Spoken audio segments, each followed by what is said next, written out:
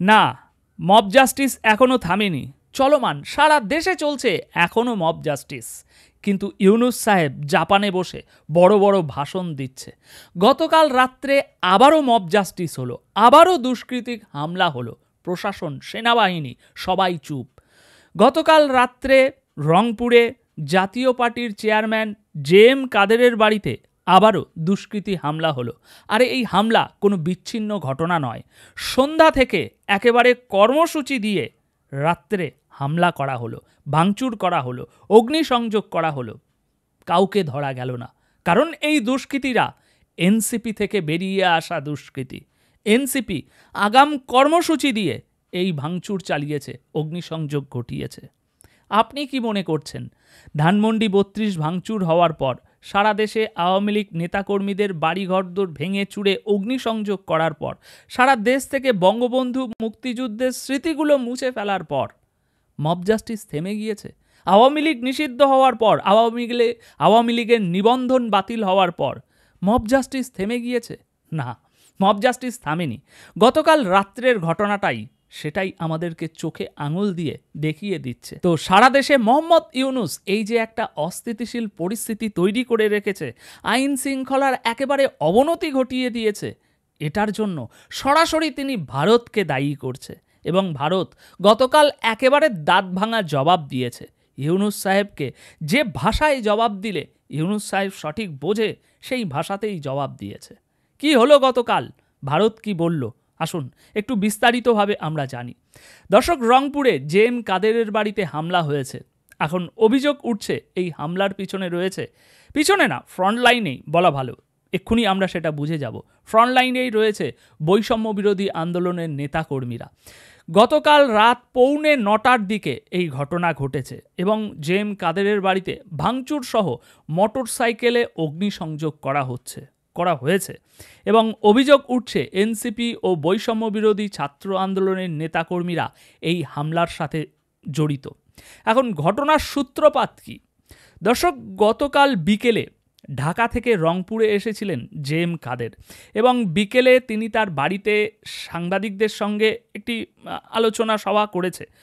এরপর আওয়ামী লীগের দোসর জে.এম. কাদেরের রংপুরে অবস্থানের প্রতিবাদে গতকাল সন্ধ্যা 6:30-7টার দিকে একটি বিক্ষোভ মিছিল হয়েছে এবং অবস্থান কর্মসূচির ঘোষণা দেওয়া হয়েছে কাদের পক্ষ থেকে, বৈষম্য বিরোধী ছাত্র আন্দোলনের পক্ষ থেকে ঘোষণা দেয়া হয়েছে।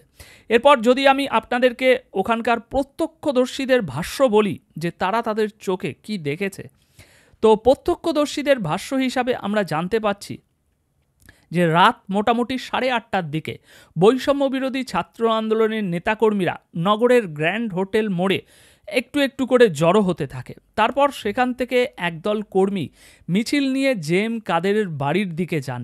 এরপর সেখানে হামলার ঘটনা ঘটে। এই সময় জে.এম. কাদের বাড়িতে অবস্থান করছিলেন। হামলার ঘটনার পর বৈষম্য বিরোধী ছাত্র আন্দোলনের নেতাকর্মীরা মিছিল নিয়ে প্রেস ক্লাবের দিকে চলে যান। এখন এরপর এনসিপির বয়ান কি এই বিষয়ে, সেটা যদি আপনাদেরকে সংক্ষেপে বলি, তাহলে তাদের বয়ান হচ্ছে এই ঘটনার পর ফ্যাসিবাদের দোসর জাতীয় পার্টির চেয়ারম্যান জে.এম. কাদেরের বিরুদ্ধে ব্যবস্থা নেওয়ার দাবিতে তারা শান্তিপূর্ণ মিছিল করছিল। এখন এই শান্তিপূর্ণ মিছিলে জাতীয় পার্টির লোকজন এসে তাদের উপরে হামলা চালিয়েছে। এই সময় উভয় পক্ষের মধ্যে পাল্টাপাল্টি ধাওয়ার ঘটনা ঘটেছে। তবে জে.এম. কাদেরের বাড়িতে, এই যে আমরা দেখছি ছবিতে, জে.এম. কাদেরের বাড়িতে যে হামলা হয়েছে, ভাঙচুর হয়েছে, অগ্নিসংযোগ হয়েছে, এসব অভিযোগ সত্য নয়। এগুলো তাদের ভাষ্যমতে জাতীয় পার্টির কর্মীরাই তাদের বাড়িতে অগ্নিসংযোগ করে ভাঙচুর করেছে।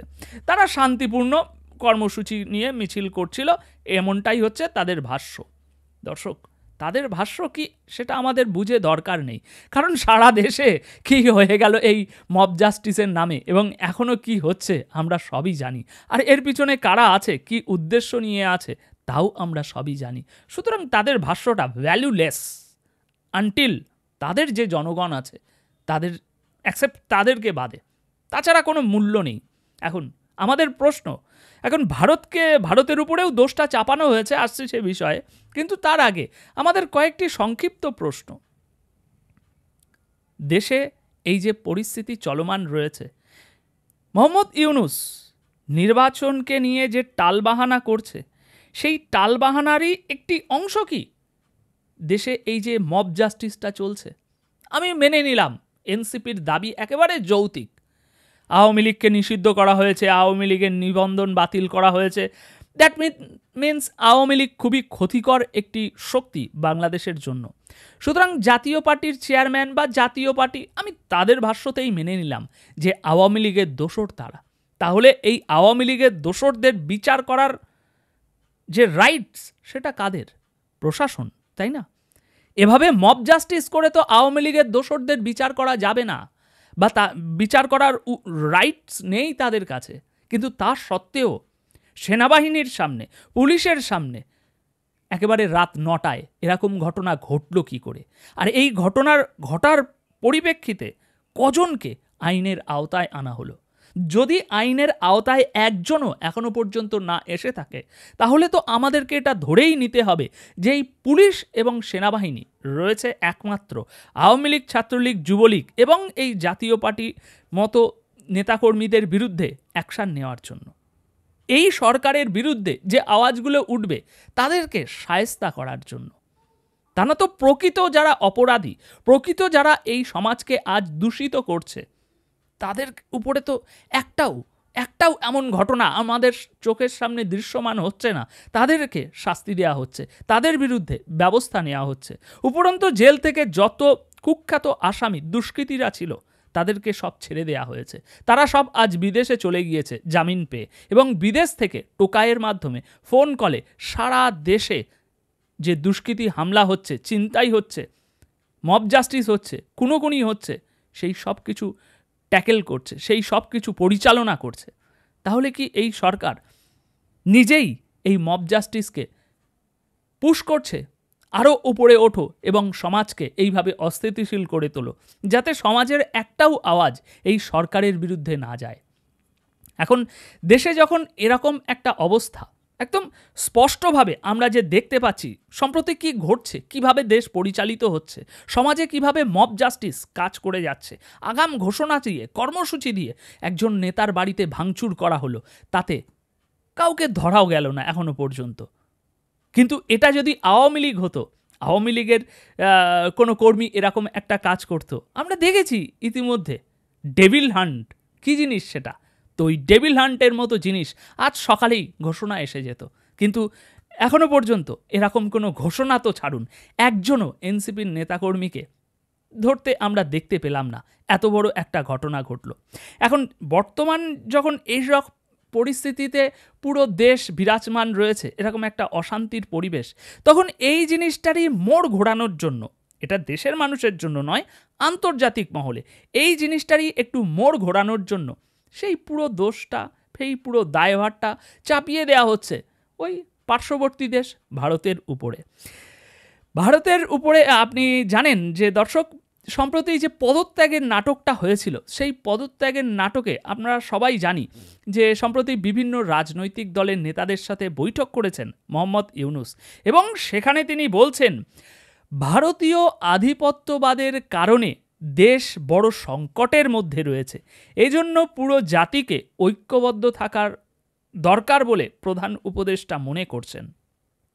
মানে ভারতের যে আধিপত্যবাদ, সেটার কারণেই দেশ বড় সংকটের মধ্যে রয়েছে। কিন্তু তিনি এই মব জাস্টিসের মতো আরও কতগুলো এলিমেন্ট যে এই বর্তমান সমাজে অ্যাক্টিভ করে দিয়েছে, তার কোনো হিসাব নিকাশ নেই। তো এই মব জাস্টিসের মতো এলিমেন্ট, এগুলো দেশকে অস্থিতিশীল করছে না, ভারতীয় আধিপত্যবাদ এই দেশটাকে অস্থিতিশীল করে দিচ্ছে। সুতরাং আর কত মাছ দিয়ে শাক ঢাকবেন মোহাম্মদ ইউনূস? দেশের মানুষ কেন, বিদেশের মানুষও আজ আপনার আসল চেহারাটা একদম জেরক্স কপির মতো বুঝতে পেরে গিয়েছে। সেই হসপিটালে যেমন ওই সিটি স্ক্যান করে না, একদম হাড়ের মজ্জা পর্যন্ত আমরা স্ক্যান করে বের করে নিই যে কোথায় কি আছে, তো সেরকমই পুরো জাতি আজ আপনাকে বুঝতে পারছে যে আপনি ঠিক কতটা, কোন লেভেলের গিরগিটি। এখন এ বিষয়ে ভারতের জবাব কি এসছে সেটাই গুরুত্বপূর্ণ। ভারত খুব সফটলি জবাব দিয়েছে এবং যোগ্য জবাব দিয়েছে। ভারতের আপনার পররাষ্ট্র মন্ত্রণালয়ের মুখপাত্র রণধীর জয়সওয়াল গতকাল একটি সাপ্তাহিক ব্রিফিংয়ে এই প্রশ্নের জবাব দিয়েছে।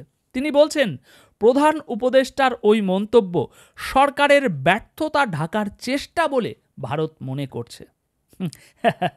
মানে আপনি যে কতটা ব্যর্থ সেটাই ঢাকতে এখন এই পুরো ব্যর্থতার দায়ভার সরকারের এই ভারতের উপরে চাপিয়ে দিচ্ছেন।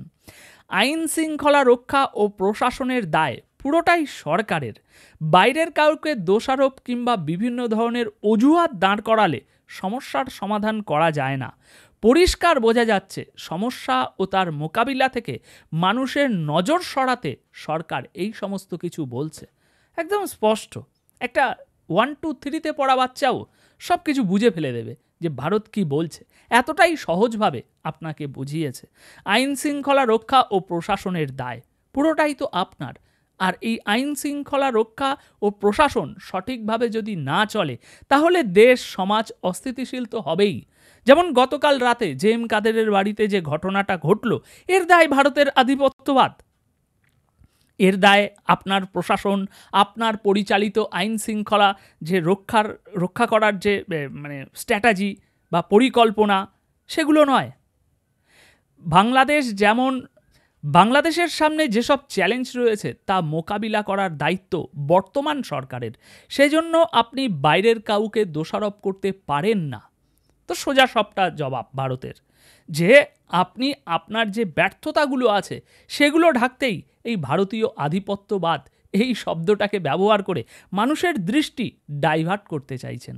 এবং এটা এখন আর বেশি বুঝিয়ে বলার দরকার নেই, এটা এখন এক্সপোজ হয়ে গিয়েছে। এই ভারতীয় আধিপত্যবাদ এই বিষয়টা পুরোপুরি মানুষের সামনে এসে গিয়েছে। অন্ততপক্ষে যারা একটু বুঝতে রাজি আছে এই বিষয়টা আসলে কেন ওঠে বাংলাদেশের রাজনীতিতে বারবার, কারণ এটা রাজনীতির একটা বৃহৎ বড় এলিমেন্ট। তা নয়তো আপনি নিজে বিচার করে বলুন, ভারতীয় পণ্য বয়কট আজ কোথায় ভারতীয় পণ্য বয়কটকারীরা? অথচ আজ তাদেরকেই সব থেকে বেশি অ্যাক্টিভ হওয়ার কথা ছিল, কারণ আজ শেখ হাসিনা নেই, আজ আওয়ামী লীগের শাসন নেই। কিন্তু যখন শেখ হাসিনা আওয়ামী লীগের শাসন ছিল, যখন ভারতীয় পণ্য বয়কট করা খুব কঠিন ছিল, খুব চাপের বিষয় ছিল, ভারতীয় পণ্য বয়কট করা নিয়ে কথা বলতে গেলে, আন্দোলন করতে গেলে অনেক চাপের মুখে পড়তে হতো সরকারের চাপের মুখে পড়তে হতো আন্দোলনকারীদের, তখন এরা তুমুলভাবে আন্দোলন চালিয়েছে। কিন্তু আজ যখন ভারতীয় পণ্য বয়কট করা এবং বয়কট করার আন্দোলন করা দুটোই খুব সহজ হয়ে গিয়েছে, তখন আর তাদের কাউকেই খুঁজে পাওয়া যাচ্ছে না। দ্যাট মিন্স দেশের মানুষকে বুঝতে হবে ভারতীয় আধিপত্যবাদ এটা কেন বাংলাদেশের রাজনীতিতে বারবার উঠতে থাকে একটি মহল দ্বারা, কারণ তাদের রাজনীতির একটা বৃহৎ বড় এলিমেন্টই এই অংশটা। এখন ভিডিও শেষ করার আগে আপনাদের মন্তব্য জানতে চাইছি, এই মব জাস্টিসের ব্যাপারে আপনার কি মতামত আছে?